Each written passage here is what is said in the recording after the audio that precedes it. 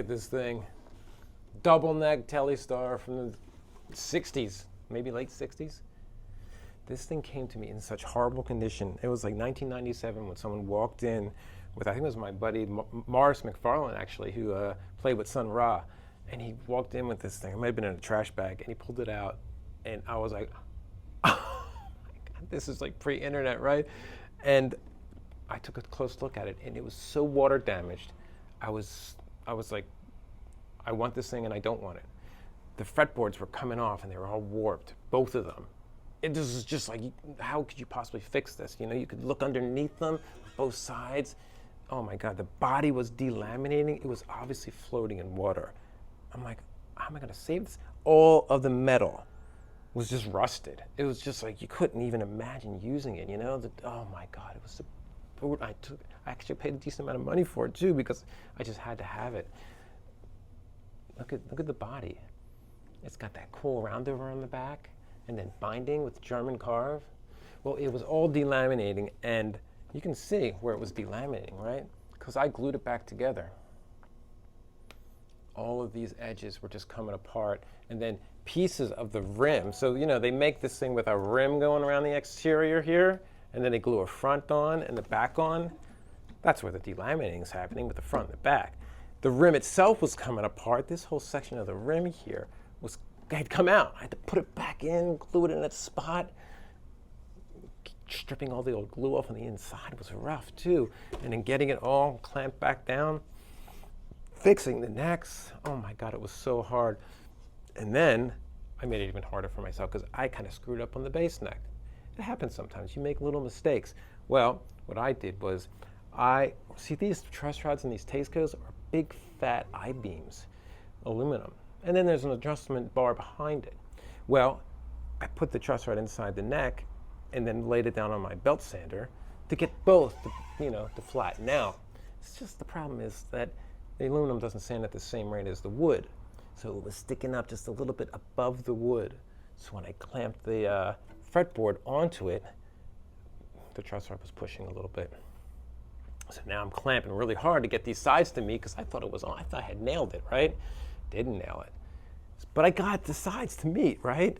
So when I took the clamps off, I was like, good, right? No. There was cracks going down the middle of the fretboard because it was forced over this massive truss rod. And I felt like giving up at that point. But I ripped the frets out, I planed it again, re-radiused it to get it back to a proper radius because it was way too much at that point. And filled those cracks and refretted it. It is a beauty now. Oh my God, those new frets are awesome. This guitar neck has its original frets, and look at this. They're like Gibson frets. They got a lot of meat to them. They feel great. This is not mini Tesco stuff. This is like, they're like rocking heavy frets. Love it. Zero fret, of course. Oh my God, so this thing. Let's listen to the guitar again. It's just so great,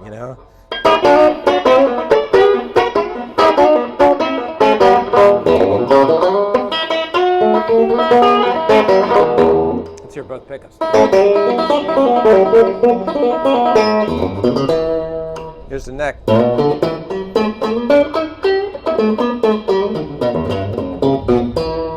Awesome, right? How about the bass?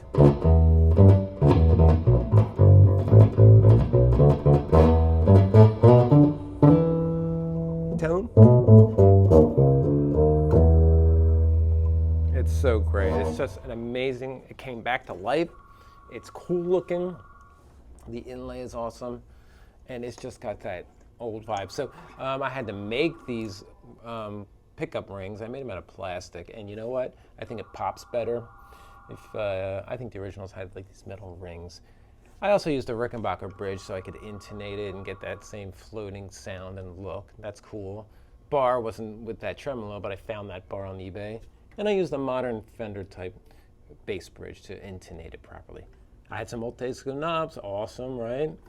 And original tuners. I did not take the tuners to the Chrome guy because I figured they were just too complicated to replate. But they're good. They work great. I can't believe how well the whole thing works. It's a beauty to play. It's so fun to play. It's a beauty to look at. I know it's a little rough. Obviously, the paint I didn't touch up. I'm just leaving it like a kind of a Stevie Ray vibe, because let's face it, we all kind of like that too, don't we? And you can get a reissue of this, but wouldn't you want an old one with vibe and style and little weirdness and a story too, right? God, what a story. Check out that crazy strap button there. It's like a hook. So crazy, right? Like that's the original strap button there too, I think. Well, it is back. It plays like a dream. And for 1850, with working everything, truss rod, straight necks, it's so rare I couldn't even find another one like it. I know they're out there, but nothing for sale. Someone had cut a back. Someone had cut a hole in the back to work on the electronics. And I said, that's fine. I'll just make a back for it, which probably should have had in the first place. Well, there it is. No case. I'm sure the case was ruined if it had one. And it probably was chipboard too, because where could this have been sold out of? Woolworths, maybe? Can you imagine a kid buying a double neck at Woolworths and his mom's like, all right, I'll buy you the double neck. Just leave me alone. Well, there you go. Tesco, Telestar, from the 60s, cheap department store double neck. Probably the coolest thing we've had in here. We've had some cool things. It's up there with the 6 pickup Segovia, the angled one. We had 2 of those. Of course, we had the first Klon. We had a Mellotron. We had an EMS Synthy. We had some cool stuff. This as well, within the greatest things we've ever had. All right, there you go. I'm done talking. 6 minutes and 49 seconds and counting. Bye.